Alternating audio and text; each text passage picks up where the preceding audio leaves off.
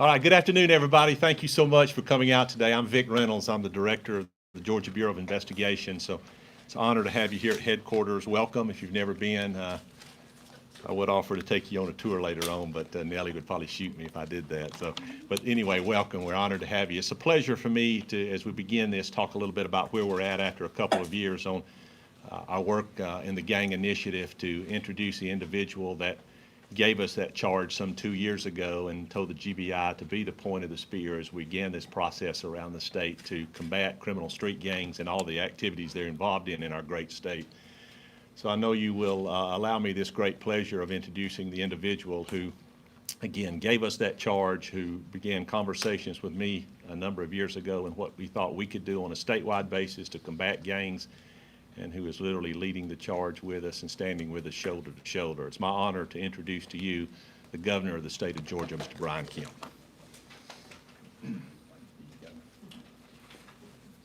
Well, thank you, Vic. Good afternoon, everyone. Thank you for being here. Certainly honored to have the First Lady and one of the first daughters, Amy Porter, with us this afternoon. Really just to do a couple of things, give you guys an update, but also just to thank the men and women of the Georgia Bureau of Investigation for their incredible work on the gang task force over the last 2 years, as Vic mentioned, but also to reaffirm our commitment that we have in the months and years to come. I also want to thank Attorney General Chris Carr for being here, his anti-gang network, as well as his human trafficking prosecution unit, have been working hand in hand with GBI and our administration. I appreciate Attorney General Carr's leadership as well. And Vic just mentioned this about me being on the campaign trail when Vic was still at the Cobb County District Attorney's Office. And, you know, we talked a lot about the threat of criminal street gangs and how that threat was really a concern in all communities across our state. We knew then that it wasn't just a Metro Atlanta issue, and we knew that this crisis needed strong action, and we have certainly taken that. As you will remember, unfortunately, many in the media didn't believe that criminal street gangs and violent crime caused this real issue that we're seeing today. But Marty and the girls and I knew, because we have traveled this state and we have talked to local sheriffs and local police officers and prosecutors like Vic, and we knew what the truth was. And that's why when we were sworn into office in January of 2019, the creation of the gang task force in the GBI was the top priority of my administration. And since the task force inception in mid-2019, they have certainly been hard at work and made incredible progress. Director Reynolds and the GBI Director of Legal Services, Jaret Usher, with the task force will provide more details here in just a few minutes. And I will tell you, it doesn't always make the evening news, but street gangs are at the center of violent crime and human trafficking in communities, rural and urban, regardless of race or ethnicity. We know this is true because that's what the gang task force is experiencing on the ground, and that's what local law enforcement officers are experiencing daily. And we see it certainly right in front of our eyes here in Metro Atlanta and the surrounding area. While we're here today, I'd like to thank GBI, but also all other state and local law enforcement agencies, led by the Department of Public Safety and Colonel Wright and his team, who are involved in our crime suppression unit efforts to crack down on crime in Atlanta. The Crime Suppression Unit has apprehended 90 wanted criminals, impounded hundreds of vehicles that have been used in dangerous street racing, taken stolen guns off the street, and conducted thousands of traffic stops across our capital city. This enhanced state law enforcement presence, alongside the gang task force and local police departments, is making progress in getting dangerous criminals off our streets and restoring law and order here in the Metro Atlanta area. And I just want to thank them for their dedication. This is very dangerous work, as you can imagine, but I just appreciate their commitment to this mission, and I appreciate their willingness to continue to be ready to assist in the weeks and months to come. 2 years in now, the GBI Gang Task Force has certainly made an impact on gang and violent crime crisis facing our communities. And as we move forward, I know that Vic and his team, as well as my office, are not going to rest on our laurels. This work is more important today than it was when we first started talking about it on the campaign trail. The Gang Task Force strengthened public safety. They're ending human trafficking and supporting our law enforcement and local police departments. And that will continue to be a top priority of my administration as well as my family's. That's why I'm looking forward to speaking to the House Public Safety Committee this coming Monday, July the 19th. Throughout my administration, the members of the General Assembly, including members of the House, along with Speaker Ralston, have been steadfast partners in our efforts to prioritize and invest in public safety. The Speaker, the members of the House, and I all agree. A lack of elected leadership in our capital city is creating an anti-police, soft-on-crime environment, which is allowing violent crime to skyrocket and endanger the safety and security of families across the metro Atlanta area. Our commitment has been and will continue to be. We will do everything in our state's power to step in, protect our citizens, and ensure that Georgians' best days remain ahead to live, work, and raise a family in the state of Georgia. I also want to thank our First Lady, the members of the Grace Commission, and the leadership of Attorney General Carr, Director Reynolds, and the rest of his team for what they are doing to end human trafficking. A lot of this is being committed by men and women that are involved in these street gangs, and we will continue to be relentless going after these bad people, but also supporting the victims of this hideous crime. We appreciate what all these local law enforcement agencies and prosecutors are doing every day. We will continue to keep them in our thoughts and prayers, and they will have our support in the days ahead. With that, I'll turn it back over to Director Reynolds.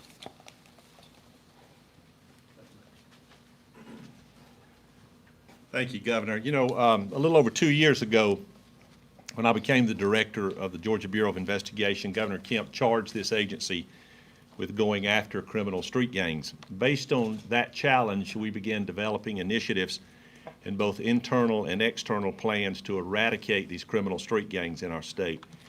You know, as we take a moment and look back over the last 2 years, we're certainly proud of what we've done, but we also realize, as the governor said a moment ago, we have a lot of work left ahead of us.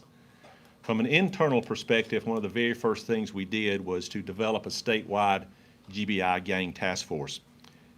We began a process of selecting agents from around the state to form this unit under the leadership of very experienced supervised agents. We also formed early partnerships with agencies like the Georgia National Guard Counter Drug Task Force, our friends down in Spalding County Sheriff's Department under the leadership of Sheriff Darrell Dix and his staff, with the Atlanta Police Department, with the Department of Homeland Security Investigations. And I want them to know we appreciate their early support and their continued support. We also appreciate the support, the steadfast support of our Attorney General, Mr. Chris Carr, who has stood with us shoulder to shoulder in this battle. We also made sure that in every regional office in the GBI around the state, we had agents who were specially trained as regional gang specialists.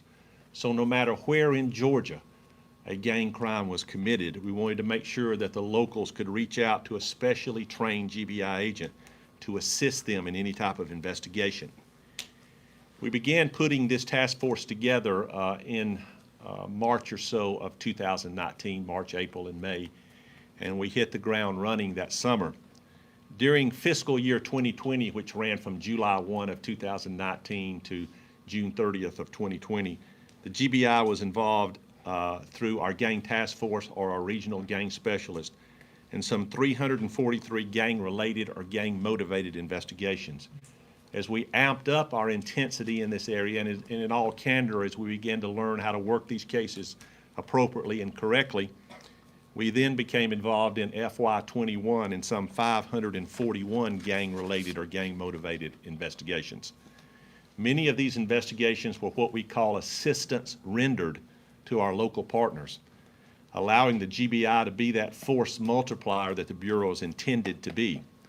These investigations have involved close to 70 different criminal street gangs and their subsets.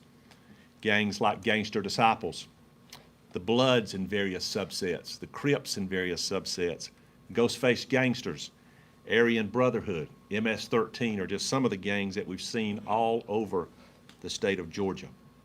From an external perspective, we began what we deem is a robust training and education program for our partners around the state. This was primarily done through the GBI's legal division, which is headed by Ms. Jaret Usher, and you'll hear from Jaret in just a moment. These GBI lawyers assisted around the state in several large-scale cases, and you'll hear a little bit about that from Jaret as well in a moment. And with the encouragement of Governor Kemp, we also developed the first state gang database. Although the legislature had approved that in 2010, it hadn't been taken on yet by any agency, and so we made a decision to proceed with that with the governor's direction and encouragement. And phase one of that program has now been up and running a little bit over a year. We're now in the process of completing phase two, and what phase two will be our partners inputting gang information from their local jurisdictions into that database. We anticipate sometime in the late fall having our first 6 to 8 beta sites working into phase two, and anticipate rolling it out to the entire state sometime in early months of 2022. I also want to say, in regards to that database, we owe a huge thanks to our partners at Department of Community Service. Commissioner Michael Nell and his IT department are top of the line, and they've worked hand in hand with Jaret as we've developed this statewide database, both in phase one and now in phase two. We also owe a big thanks to Commissioner Tim Ward and his staff at the Department of Corrections, who have worked with us as well. You know, before I call on Jaret to say a few words in just a moment, to give you some brief outline of what the legal division of the Bureau has done since we began this initiative, let me just briefly tell you what I believe is the most important accomplishment that we've had over the last 2 years. And I've heard our Attorney General, Chris Carr, say this before. You know, when a governor becomes involved in a subject matter, people tend to listen. The acknowledgement that we have a gang crisis in this state, and the subsequent conversation around the state that has taken place as a result of that acknowledgement, I believe is the most important thing that we've done in this in the last 2 years. We're firm believers here that to solve the problem, we have to first acknowledge the problem. And now that it's acknowledged, our goal is to go about day in and day out solving it. It's a pleasure now for me to call on an individual who has been with us from the very beginning in both acknowledging, teaching, and now solving the problem, and that's our GBI Legal Director, Ms. Jaret Usher. This young lady has been at the forefront of the battle against gangs for years, both as a prosecutor. I had the honor of working with her side by side in Cobb County, where she became our gang prosecutor in that office, and now as the legal director of the GBI.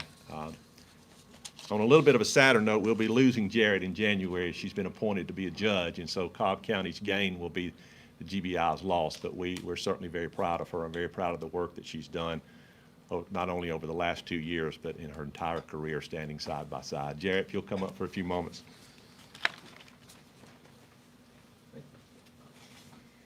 Well, first, thank you, Director Reynolds. Let me begin by saying it has been a privilege and an honor to work at the direction of Director Reynolds and to be part of Governor Kemp's anti-gang initiative for the past 2 years.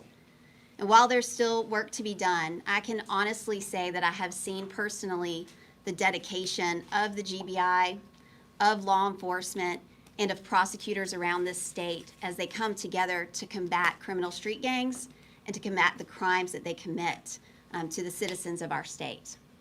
As gang laws, gang trends, and gang crimes change and rise, the GBI's legal division, in conjunction with the GBI's gang task force, has had the goal to be what Director Reynolds said, which is a force multiplier to increase our impact across this state. Besides the internal assistance that we render to GBI, we have gone about achieving that goal through other areas as well. First, through training. Through partnerships with such groups as GGIA, we have traveled the state of Georgia and we have trained thousands of individuals on best practices in gang prosecution, gang investigation, RICO prosecution and investigation, and human trafficking. With our training, our goals have been twofold. First, to equip law enforcement and prosecutors with the tools that they need to be effective in this crisis, but also to raise awareness within the community of the gangs that are working and acting and committing crime in the communities they live in. Besides training, we have also achieved our goals through external assistance to our law enforcement and law agencies that are partnering with us in this fight. This external assistance, we've had the goal of no requests being too small or no requests being too large. We want to render assistance no matter what the request is. And those requests vary as to the different parts of the criminal justice process. We've helped and assisted in North Georgia, South Georgia, Middle Georgia, wherever we've been called to render that. And then lastly, through the passage of OCGA 3533 in July of 2020, the GBI attorneys have now been rendering assistance as special prosecutors in jurisdictions around the state. We're currently involved and sworn in 2 cases in the state of Georgia, both of those being large RICO gang cases, one with 60+ defendants, one with 30+ defendants. And we're also handling 3 in-rem asset forfeitures here in the state of Georgia. So over the past 2 years, the stage has been set, and the GBI stands ready to continue to be a force multiplier for this state, to have an impact in this state, and to protect the citizens of the state of Georgia. So thank you very much. Thank you, Jaret. That was all of our prepared statements. We appreciate that. I'll be more than happy if you have any questions. Cody, is that okay? We're good with that? Yep. Yeah, okay. To answer any, if you have anything for myself, for Jaret. Reynolds, can you Yes. talk about, we've seen this spike in crime. How much of this crime is being committed by gangs? And obviously, there's a difference between crimes committed by someone who is in a gang and a crime that is gang-related or gang-motivated. Yes, sir. Talk about all of that. Certainly. Well, you know, we've been firm believers in the statistics that the FBI has passed down to us over the years. And what the FBI tells us is that anywhere in the country, not just in Georgia, not just in metro areas, but anywhere in the United States, somewhere between 48% on the low end, 90% on the high end of all violent crime are committed by criminal street gang members. Anecdotally, in my conversations with law enforcement officials all over the country, they habitually, continually tell me that if we go after the gang members in those respective areas, that the majority of violent crime will cease to exist. I'm a firm believer, no matter where you look at this, in our capital city or anywhere in the state of Georgia, this is a solvable, fixable crime if we allow law enforcement to do their job. And I will tell you that I'm convinced that those numbers, the 48 to 90%, exist in this state. I'm convinced they exist in our capital city. I'm convinced that the majority of violent crime, once we begin diving down on it and looking at it and do the investigations, will be committed, perpetrated, or will involve criminal street gang members. Director, no matter Yes, where sir. you go right now, people are talking about crime. Is there something coming online anytime soon that people at home can think of that will help maybe stem the tide with some of the gang violence that we're seeing here in Georgia? Well, you know, we're a firm believer in, again, you know, if you see something, you say something. You know, we have an app, we call it See Something, Send Something. In other words, if you see it, send it to us and let us look into it. As I've told people repeatedly, both in gang issues and human trafficking issues, I'd rather you call us and tell us something so we can make sure it gets to the right agency to look at it and it not be anything than just the opposite, where we come back a month or an hour later saying, gosh, I wish I'd have called somebody and told them. So, you know, that app is available. You can download it. We initially pushed it out very strongly to folks and kids in school to make sure that if something happened, they were advised, let us know. But I would tell you that it works in any circumstances. And I would strongly tell folks, look, you know, this is your state. It's your county. It's your city. To protect your state, your county, and your city, you're going to have to get involved. And you're going to have to tell law enforcement, this is what we've seen, this is what we're concerned about, these are the activities that are happening here, we believe you need to look into it, and I'm convinced they will. You know, we're an assisting, requesting agency. To get us involved, somebody's got to ask us. A lot of places people ask us, some places they don't. So, you know, the crime all boils down to a local issue anyway, so I would strongly urge citizens, no matter where they're at, if something is going on in their community, they tell their law enforcement agency about it, and hopefully they'll do what they need to do.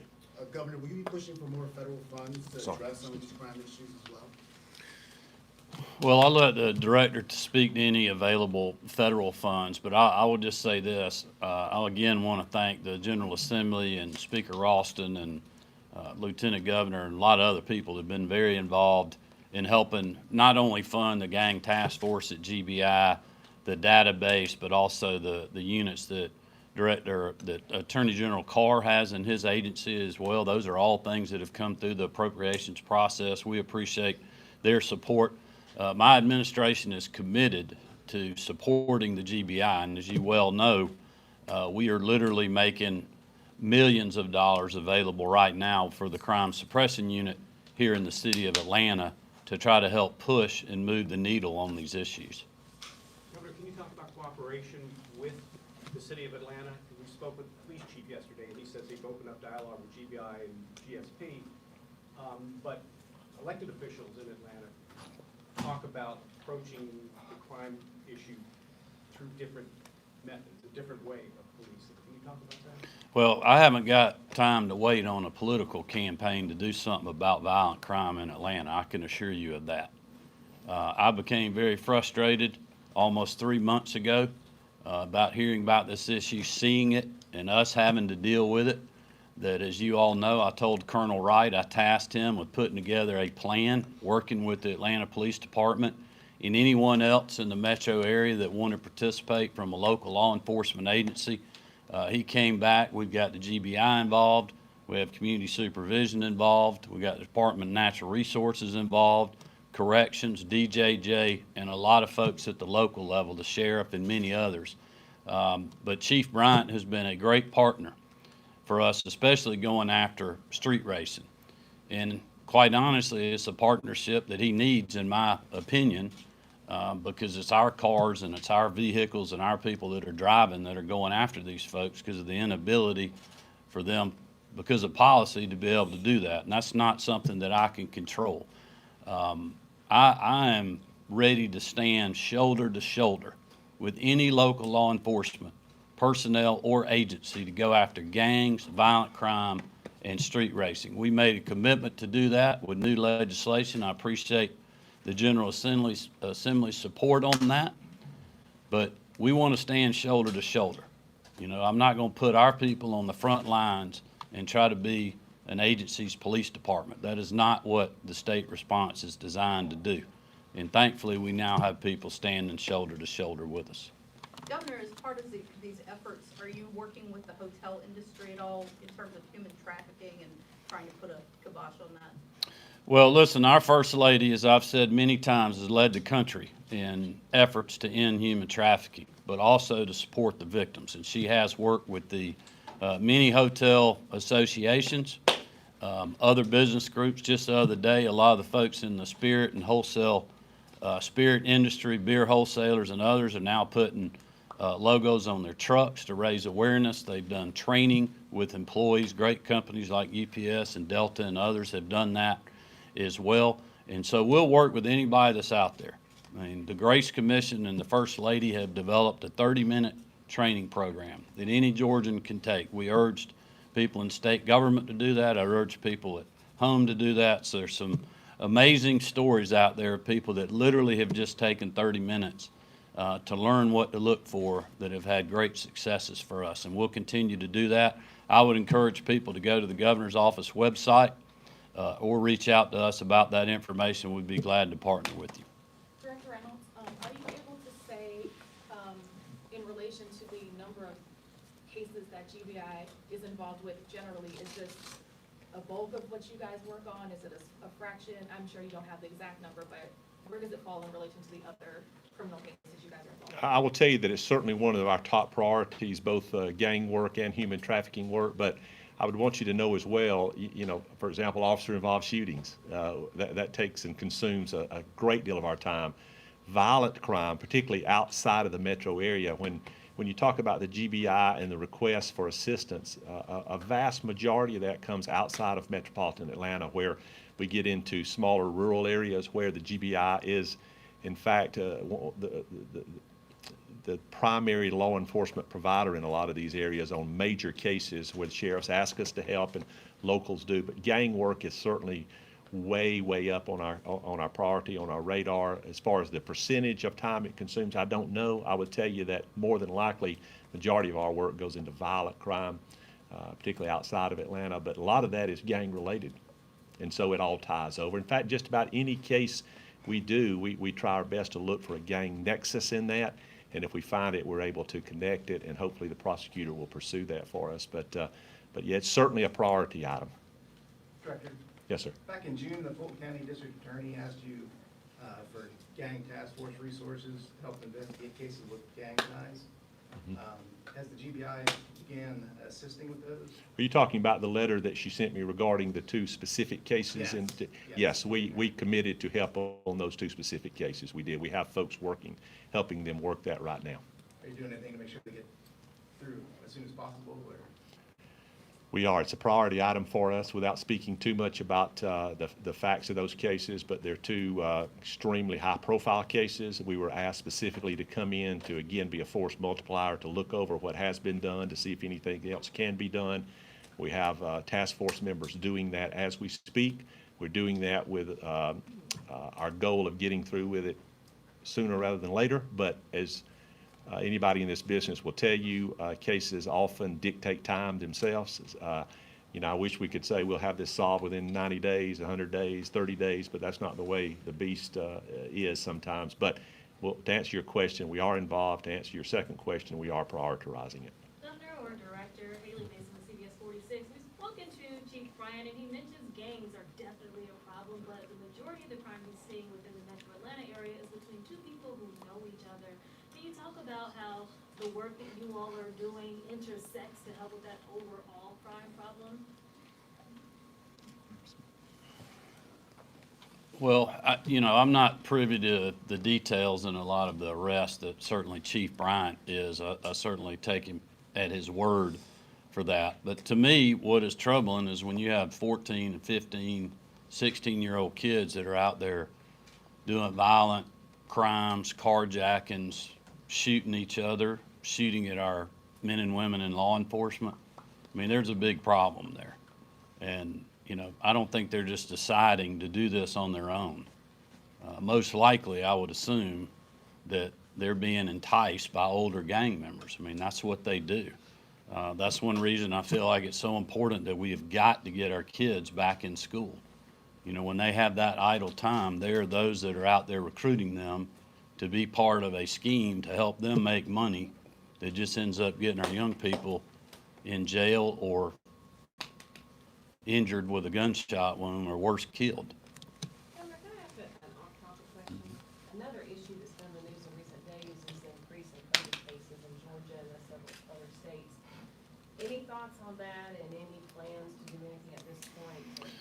Yeah, I continue to monitor that. I've been watching the numbers daily and have the whole pandemic, and have certainly seen the uptick we've seen in cases. Just to let people know what's going on, there's 34 states around the country, we're one of them, that have seen a 50% increase in the number of cases. Now, I would caveat that by explaining to people our case count when all that started going back up was as low as it's been since really we started the pandemic, because our numbers had plummeted. I spoke to a Metro Hospital CEO over the weekend. They're also seeing a slight uptick at the hospital, nothing that is concerning them or us yet, but we're going to continue to monitor that. I think there's a lot of reasons for this. I mean, it's well documented by the folks in the hospital and the folks that are getting COVID. They haven't been vaccinated, so I want to continue to urge people, talk to your medical professional, talk to your local pharmacist, talk to your family members, people that you trust, to learn about the vaccination.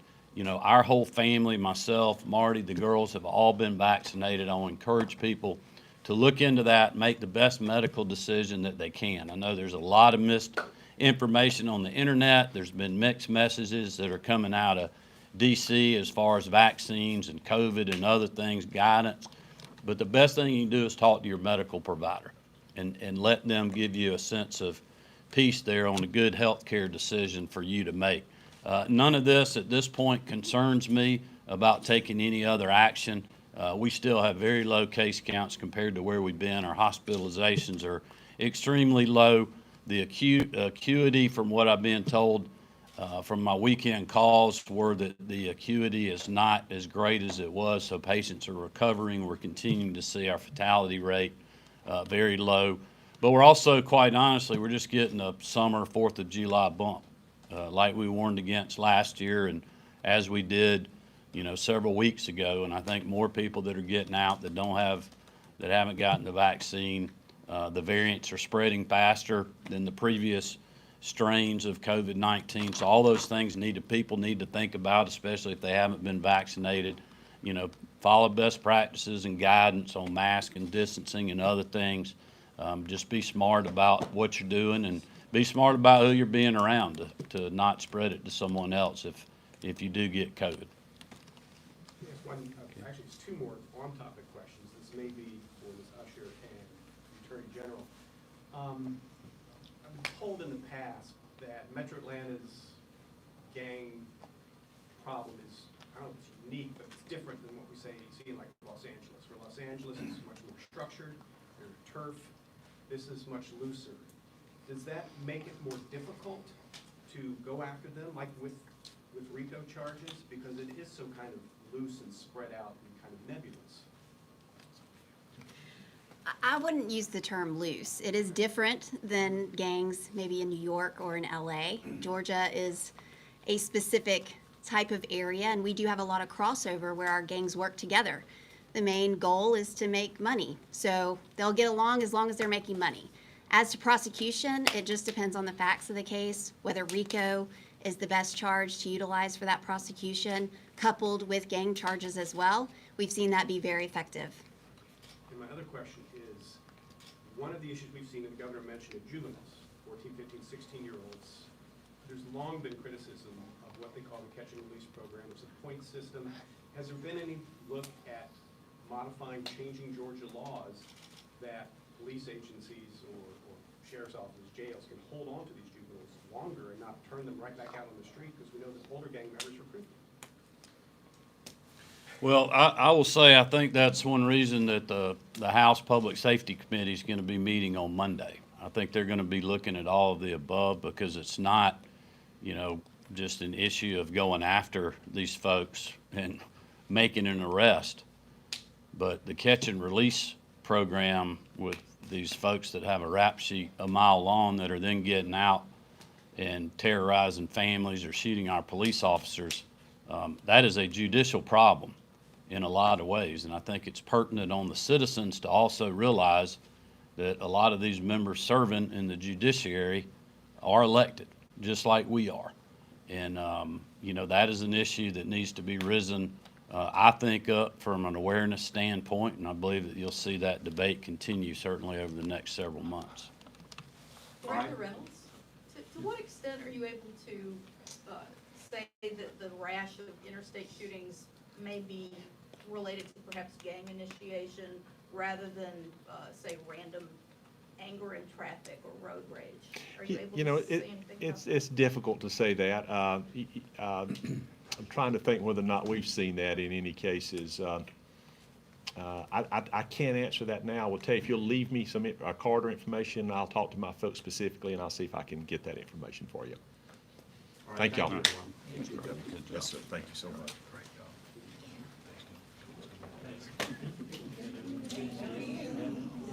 Appreciate you being